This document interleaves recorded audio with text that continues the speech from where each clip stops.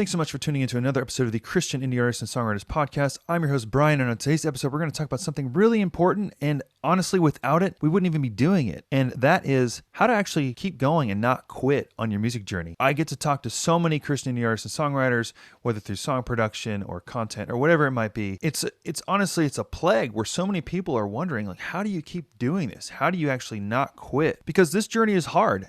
If you've been on this for any amount of time, you realize that this is difficult to do, and there's a lot of things that can make it easy to just throw up the towel and quit. But on this episode, I kind of want to walk through some encouraging ideas and ways to build some structure around what you're doing so that you actually don't quit, because you can't quit. Because if God puts you on this planet to do this thing, then you have to do it. It's part of your calling. It's part of your life. And in that, the fruit that comes through the impact of your songs and your music journey is really important. And honestly, at times, I know even for me, it feels like a burden at times because we have to keep doing it. So I want to equip you with some ideas and ways to keep doing it. And through that, not quitting. But before we jump in, I've got something for you. If you click the link below, you can get free instant access to the module from our Logic Pro X for Artists and Songwriters course. It's called Record Your Vocals Like a Pro. Just click the link below, absolutely free. This will walk you through the entire process of recording and editing your vocals like a pro. Whether you are trying to be a full-time producer or just produce your own demos or just collaborate remotely, even at the bare minimum, recording your vocals well is really important, and it kind of can set you free to be able to collaborate with people all over the place. All you really need to do is be able to record your vocals well, clean, and dry, and that is exactly what this process will walk you through, and also it can take you through the entire process. So all that to say, click the link below, jump in, you just have to put in your email address, and the video modules are yours to keep forever to refer to and learn from. So now let's jump into 9 ways to not quit your music journey. And the first, and honestly, one of the, if not the most important, is building accountability through community on your journey. Now, we all know that when we go alone, it can be so much easier to give up because, like I always say, we feel like, would anyone even notice or care if I actually quit? Would anyone even have any idea that I stopped posting or that I stopped writing or that I stopped doing this music journey? And without a community, of course, the answer is still no. But without an accountability in community, it can be really easy to forget that people are out there doing the same thing as you. And like I said in my story, I had no community up until 2017, other than the people that I had kind of met locally or through church that did music too. But it was a very small amount of people. And certainly no one I knew was actually really recording and releasing music in a progressive kind of way to actually get music out there into the world. So until 2017, once I met other people and then began to connect online, that's where everything really changed for me personally. And since then, we've got to meet hundreds and who knows, even thousands of people that are doing the same thing. And that really helps keep accountability. And all of that is online, which means that we all have access to it in our phones or computers or whatever. And it's really easy. And you can build local community too. There's no difference in that. It's just a matter of you always can kind of jump into this world and find other people that are doing what you're doing. And that helps build accountability because you will develop relationships with certain people. Obviously, we don't click with every single person. That's impossible. So we kind of build our little pockets of friends and co-writers and different relationships we have along the way. But those are the people that will kind of help us keep going because you'll be like, hey, I'm kind of over this, or I feel like this is too hard. I should just quit. But then that person might send you a text, or that person may send you a DM, or that person might reach out and say, hey, let's co-write again. Hey, let's collaborate on this or that and the other. And then you're like, hey, I'm not alone in this. I have to remember that, not being alone. And you find accountability because you know that people are out there cheering for you. They're out there rooting for you. And especially in the co-writing sense, as you write songs together, you might have your co-writers maybe releasing these songs on their own, and you take ownership in that just as the same way as they do if you're releasing those songs. So you're kind of overlapping spheres. I kind of look at it like the Venn diagram where there's all these different circles of people out there, but kind of where those circles overlap is like our accountability groups, for instance. And that's why that we created the CIAS official Facebook group that's growing more and more every day. And that's the place where me personally, and now it's kind of grown beyond that, but initially was where all of my circles kind of overlap with this Facebook group. And now it's just a thriving community of people that are after it. And so if you're not in that group, definitely click the link below, whether you're here on YouTube or listening to this on podcast service, and jump into the CIAS Facebook group, because that is a great place to find accountability through community, because these people will encourage you. These people will cheer you on. These people will help you if you need a shoulder to cry on or a high five to give when you celebrate a victory. That's what these groups are for. And so if you have no idea how to build a community or get around people, start with this Facebook group, because it's a great place to start, and it'll keep you from quitting. It'll keep you moving forward, because you know that people are out there caring, loving on you, and cheering you along your journey. And so number 2 is take breaks. This might be the most counterintuitive point, but you and I both know that this is so true. And this is something that I desperately need to do more, is taking breaks to actually continue on a journey. We feel like we have to do all the things. We have to post on all the platforms. We have to do all the hashtag strategies. We have to have all the videos.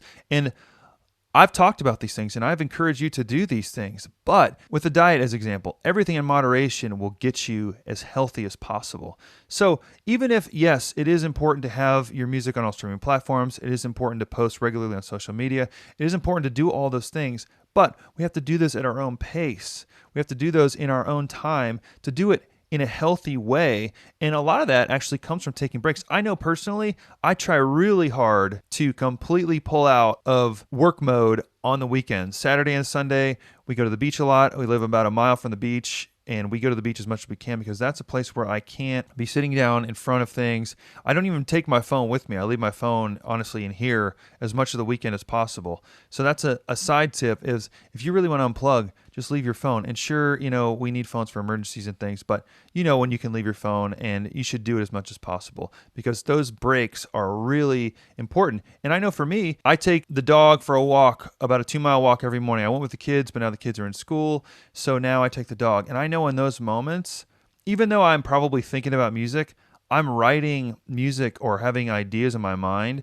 Just being connected in nature and just breathing in fresh air is so important to resting. But even beyond that, just completely pulling back from the journey. If you're feeling stressed out, if you're like, man, I don't know what to post today, I don't know what to post tomorrow, I don't know what song to do next, just remove yourself from that. Step away, go read a book, go watch a TV show, go take a walk, go ride your bike. If you're in my case, go to the beach. If you're near a beach, whatever that looks like. But rests are so important. Taking breaks is so important to actually getting your mind going, and focusing on something else will always bring fresh ideas back into what you're doing. It'll keep you from quitting, because those ideas will always be fresh. You won't get stuck in the same rut anymore, because you're pulling yourself out of that rut to see it in a new way. And I have this personal rule that I usually don't write any emails or make any decisions at night. I know this might sound a little weird, but if it's like post dinner time, I'm going to always wait till the next day, because maybe it's just my personality, but if I'm at night, I'm always more willing to be like, yeah, I'll do that, sure. And then I wake up and be like, why did I say I would do that? Oh no, now I need to do that. So I've just made this personal rule that I won't make a decision that is important until the following morning. Even when it comes to album artwork and things like that, I will always wait and look it over before I upload, because I want to make sure I see it with fresh eyes and hear it with fresh ears. Same thing with mixes. Whenever I'm mixing for somebody or working on a project, I'll always wait to send it, usually to the next day, to where I can wake up, hear it again for the first time, and then send it off. So that all comes through taking rest. And that doesn't have to be you have to take a month-long sabbatical. That might just be take an hour. That might be take 5 minutes, go get a drink of water, whatever. But taking rest is a great way to keep from actually burning and quitting on your music journey. And number 3, this is a big one, and it's have realistic expectations. I know that so many of us feel like we have this song. We did our first song maybe, and this is going to be the song that's going to put us on the map. We're going to get a record deal. We're going to get 1 million streams. We're going to get a major movie TV placement or whatever. And sure, those things can happen, especially with TikTok and all this technologically connected, with all this connectivity we have now. Songs can blow up overnight, and things can definitely change overnight, but that's the exception, not the rule. So managing our expectations, I feel like, is really important. I have an episode in the first season of the podcast about the lowest hanging fruit, and this is kind of bringing my mind to there is, what do we have right in front of us? What can we grab right now? And let's grab that, and then that will lead into the next thing, because like I said in that episode, that fuel that we gain from the lowest hanging fruit will give us the power and energy we need to get to the next level as we level up on this journey. So managing our expectations is really important, because there's enough letdowns, and it's difficult enough to just do this in general. So when we are seeing things for what they are, not blowing them up and setting ourselves up for failure, then we can deal with a lot less disappointment, because we are going to find a lot of no's. We're going to find a lot of closed doors. We're going to have a lot of things that we thought would go one way, go another way. So managing our expectations is a really good way to actually set ourselves up for success, instead of feeling like, if this doesn't happen, and I might as well just quit because I'm not good enough. And that's never true. We're always good enough. And I heard this great quote. I don't even remember where it came from. So if you know who it is, let me know in the comment below who said this quote. But basically, it says that everyone is destined for success, but so many people just give up too soon, meaning that we're almost there. We're just about to get it, but because we've set ourselves up for failure through unrealistic expectations, we give up. And it could be just a day before the thing happens. It could be just a week before that thing happens or we hit that goal. But setting ourselves up by creating realistic expectations will allow us to keep moving forward gradually, and not dealing with those big spikes. Because like I always say, it's a lot easier to walk up a slow hill than fall off a steep peak. So keep that in mind. It's a great way to not quit, is to set up good, realistic expectations on our music journey. And the next thing I think that is really valuable is actually seek wise counsel. How can we put people in our lives and on our paths and in our journeys that can actually have gone before us and can speak into what we're doing because they've been there? You know, it's the classic expression that I never understood this expression actually until I had kids, but it says, youth is wasted on the young. I was like, what does that mean? That seems so silly. Like, what? I don't get it, but I understand it now. All of the youthfulness, all the energy, and all the creativity that we apparently only have in our youth, where maybe I'm just not old enough yet, but I haven't felt that run out. Honestly, I feel like creativity is spiraling faster than it ever has. It's like a tornado, which is awesome and important for doing what we're doing. But you know, with that, seeking wise counsel, find people in your lives that can speak into your journey. I've heard it said it's always great to have somebody 20 years older than you in your corner, and then also be able to speak into someone who's 20 years younger than you. And of course, it's just an average. But having people that have gone ahead of you and know where you're headed, and of course, like I always say, every journey is specific to you, so it doesn't matter exactly where that person went. However, the older you get, the more experiences you have, the greater you can speak into someone else's journey. So by seeking wise counsel, it doesn't have to just be only music related. This is just life in general. But finding people who have been there before and can kind of help guide you, and you can learn from their mistakes, because I know for me personally, I learned so much more from my mistakes, which there's a lot of them, so I feel like I'm learning a lot every day, than the wins. The wins are fun and great to celebrate, but seeking wise counsel is really important, and that might be through taking courses. That might be through attending live events. That might be through subscribing to a blog or a YouTube channel or reading books, whatever it might be. Or it might be a personal relationship you have through like a coaching situation where you can hire somebody to just talk to them and find out, what did you do in this situation? How did you get to where you are? Because it's similar to where I feel like I'm called to go. And seeking that kind of wise counsel can really help you, not just for the skipping steps aspect, because honestly, I feel like the steps are really important. And seeking wise counsel is a step of the journey, but I feel like it can help us maybe avoid situations that maybe we wouldn't had to have gone through maybe so severely or drastically, because somebody else was able to guide us into another situation. So seeking that wise counsel can definitely help us from giving up. That is another source of accountability as well, because that person cares about what you're doing and cares for your success and wants to help you get to where you're going. So seeking wise counsel is definitely a great way to not quit on your music journey. And kind of along those lines, the next point is keep learning. If we stop learning because we feel like we figured it out, then I feel like that's where it really actually ends, because there is an infinite amount of things to learn, experiences to have, and goals to set. So keep learning. If you're anything like me, you are in YouTube a lot, and my YouTube channel subscription is probably super boring because it's all about music marketing, music production. And then I have some other things just about, it's all music related because that's just where I am in life right now, is I'm trying to learn and how to create the best possible content to help other people on their journey as I learn myself. So continuing to learn is vital in everything. And that even can be down to your instrument or your craft, your vocals, your songwriting, all of it. It's about the music marketing. It's about the graphic design. It's about the video editing. It's all the things that we need to do. And sure, you can hire other people to help you, and that can be a great way to build team around what you're doing.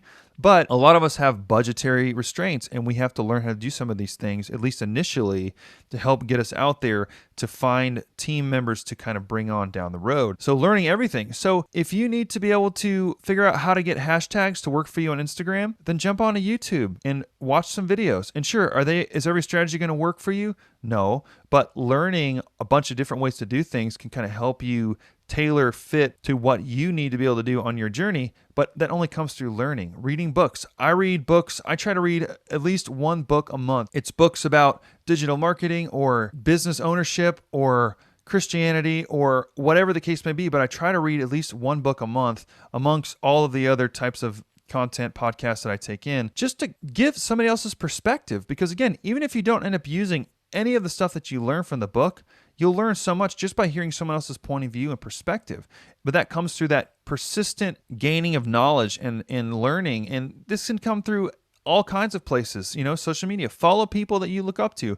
Follow authors of books that you read, because if they write a book, I guarantee you that they are a content generating machine, and they are always putting out good and helpful tips to help us on our journey. So I would say that being a lifelong learner is literally the fuel to be able to continue to go, because if we're not learning, we just end up doing the same thing over and over again. And if it didn't work before, it's certainly not going to work in the future. So we have to continue to bring in new ideas and creative tools into our arsenal, and that comes through always learning on our journey. The next thing is write down goals. Now, we all know this. I'm sure you do this, but I have to say it because I think it can't be missed, is write down goals. Don't just think them up. Don't just dream about things. Writing it down, because it makes it real. An idea, a thought, is just this sort of random, lucid thing in our brain that who knows what that is. Writing it down brings it into reality. We know that writing it down greatly increases the potential of actually getting it because you make it real. And until it's real, how can you achieve it if it's just sort of imaginative thought? So writing down goals. I'll add, this is really important too, and this kind of points back to the expectations part. Create tiers of goals. Don't just say, okay, I want to win a Grammy, because that's great. And that is a worthy goal. That's an incredible goal to have. But there needs to be other goals in between today and winning a Grammy, because a lot of things probably need to happen for that to actually occur. Write down the 5-year goal, write down the 3-year goal, the 2-year goal, the 1-year goal, the 6-month goal, the 2-week goal, and then tomorrow's goal. I know for me that's worked really well, especially as I'm managing and producing a lot of different projects for artists. Unless I kind of set up myself for what am I going to do tomorrow, then it'll completely overwhelm me, because I'm a number 1 Enneagram reformer. So like everything has to have its right place and everything has to be in the correct order. So if I get out of order, it throws me off. And I know that's something I need to work through, but it's just my personality. It's just how I'm wired. So by setting small, attainable, achievable goals, it kind of helps me track out. And the other thing too, it's great, is when you actually hit them, because you can hit them because they're simple and they're easy and they're attainable, then you feel accomplished. You're like, okay, cool. I got that done today that I had planned to get done. And all of those little goals work towards the bigger goals, which write them all down, because again, like the statistic says, writing down goals greatly increases your chance of getting them. So write down the big ones, write down the middle ones, write down the small ones, and then write down the daily goals to set yourself up, because that way too, you won't quit because you've got an agenda. Your calendar will show you, like the great Jason Ingram quote, show me your calendar and I'll tell you if you're a songwriter or not. Show me your calendar, show me your goal sheet, and I'll tell you if you're chasing a music journey or not. Because if your goals all point towards you're trying to achieve musical goals, then guess what? You're on a music journey, because those goals are the journey on paper. So write them down, achieve them, and then you won't quit because you're making it real for yourself. Okay, next thing, number 7, is celebrate the wins. Gosh, this is like so important. And I know for me personally, I'm really bad at this. We just talked about setting goals, and we can get into the habit of, because there's small goals that we feel like, well, why would we celebrate it? It's just, I just did that thing. I just did the co-write, or I just uploaded that song, or whatever. So we forget that we need to celebrate that. Now, that doesn't mean you need to throw, a huge party every time you upload your song. You could set up a group in maybe your accountability group, in your community group, whatever that is for you. You could say, hey guys, I just wanted to say, I'm super excited about this, super anxious about this, maybe just uploaded my first song. That's great. That's a huge accomplishment. And we can't overlook those things, because I know for me personally, if I never take a minute to celebrate something, then I don't get that rush, that adrenaline, that celebration aspect to keep me going, because everything will become a task if we don't celebrate the wins. And if everything's a task, then where's the fun in that? Where's the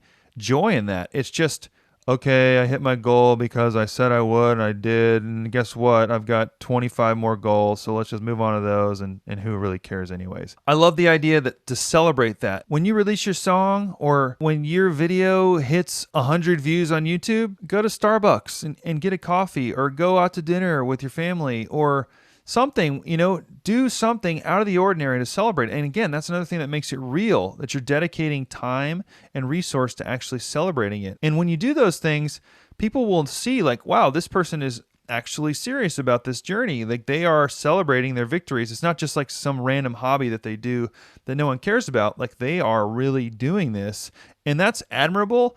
And I feel like that is infectious too. And the thing that's great is the more you do this, you'll sort of incentivize yourself. Because not that you're doing it to celebrate, but by remembering to celebrate each win, each victory, then it will kind of make it more exciting when you get there. Be like, okay, cool. Like last time we did that and we celebrate in this way. So what are we going to do next time? So as we celebrate the wins, it'll really help us from quitting, because we know we have something that we're working towards on our music journey. Okay, so this is the most painful one.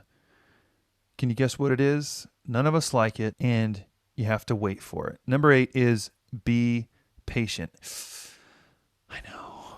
I had a pastor one time, he told a story that I always remember, and the parents were telling their 4-year-old son that patience is a virtue. 4-year-old kid, it doesn't matter how old you are, none of us like patience. We don't like to wait for things. But they kept telling their son, remember, patience is a virtue. Remember, patience is a virtue. So then one day when the mom came in and the son was trying to hurry up and make his breakfast, he spilled cereal on the floor, and the mom's like, remember? And then the kid's like, yeah, I know, patience will hurt you. And I know that we all feel that way because we don't want to wait. It always takes way longer than we hope it will. And that's just the nature of life, and that's the nature of chasing anything significant. It's always worth the wait. God is in the waiting. We know these things, but yet it's so difficult to wait. So being patient, I know that I said number 1 may be the most important, and I feel like, yes, that's true, but I feel like being patient is sort of the overarching thing of all of this, because if we're not patient to build our community, if we're not patient to set our goals, if we're not patient to do a lot of these things, then we're going to get burnt out. We're not going to want to do it. And because it's too hard, it takes too long. Like I said, it's the thread through all of this, because we have to be willing to wait when the times are difficult and they're not fun, because that is how we persevere and get to where we're going. And the last thing is a practical one, and it's budget. The two things that people always say when I ask them what's the most difficult part about a music journey is they say time and money. And of course, time, we all have the same amount of time, and it's a matter of how do we compartmentalize, how do we schedule, how do we put our goals in the calendar, and how do we achieve those things. But the budget aspect is definitely a big thing when it comes to the financial side, because it can be expensive to record. It can be expensive to have artwork made. It can be expensive to do photo shoots and all of these things that it takes to record music. And kind of like what we talked about last week, there's not always a huge ROI in these things initially. So budgeting is really important. You are a small business as an artist. I know that's weird to say. I was just thinking it was so weird when people would refer to themselves as like my examples, like Brian Bolivar Music. Like, what is this guy, an egomaniac? And it's because you have to view yourself as an entity, as a business, because that's what you are. And what do businesses need to operate? Well, they need resources, and money is a part of that. So by budgeting, and two, I'm not trying to say you need to budget $10,000 a month to record. You need to budget $5,000 a month to do photo shoots or whatever, but it's just creating a savings account, even in your bank account. Make a savings account, which a lot of banks is free depending on your bank, and just start to push money over. Start to make a separate account for your music. That way, when you start generating some streaming revenue, send it to your business account. When you play a show, put that money in a business account. And that way you're building something, again, it's making it more real. And I hope that you're hearing overall, it's kind of one of the biggest ways to make this journey real and not quit is by actually dedicating a part of your life to it. When we keep it as a hobby, like we talked about a couple weeks ago, when we actually own up to our identity as the thing that we're trying to be, that's what makes it real. And that's what keeps us from quitting, because we know we can't really quit it. That's the thing. You can't quit something that you are. If your identity is a songwriter, you can't really quit that. Sure, you can pull back and you can stop doing it, but if you really are that thing, then you can't quit it, because it's just a part of your life. By setting a budget for your journey, it's really going to help you make it a reality even more so, and you'll kind of know what you're working with, and you can kind of know, like, okay, we've got this much in the business account for the music thing, so we can do this month or this next month, or we need to get this much to be able to do this thing. So by setting up a realistic budget and by having resources set aside for your music journey is a great way to keep from actually quitting. Okay, so those are the 9 ways. That was only 5. Those are the 9 ways to keep from quitting on your music journey. Going through each one of these things is inspirational to you, and I hope that you can see none of it is outside of possibility. It's all simple stuff. It's all small things, and that's sort of the point of all of this is you can set up simple goals, achievable goals, celebrate them along the way, and you can do that by building community. You can do that with wise counsel as you find either coaches or other places to kind of show you where you want to go and share their experience with you. And then by doing all of these things, it's going to be a part of your life. And that's what we're trying to move towards is not only do we identify ourselves as the thing we're trying to be, but we realize that as we dedicate thought, energy, and resource to it, it is who we are. And you can't revoke those skills. You can't revoke your identity in that way. So by walking through these steps, it really can help make it real in a way that will definitely keep you from quitting. Let me know below something that you've done on your journey that's really kind of made it a reality for you, and something it's kind of pushed you over the edge to say, okay, this is what I'm doing, this is who I am, I'm dedicated to this, and I'm not going to quit this thing. Even if it gets hard, even if I have to wait for it, it's worth it. So comment below, let me know. I'd love to hear that. Again, thank you so much for stopping by. If you're here on YouTube, don't forget to comment below, subscribe, and hit the bell icon. If you're listening on your favorite podcast streaming service, leave us a review. That's super helpful to us. Like the podcast on Spotify, leave us a review on iTunes if you're listening there. I believe in you. You can do this, and I'm excited to see you next Friday at 5 a.m. Eastern on the CIS podcast.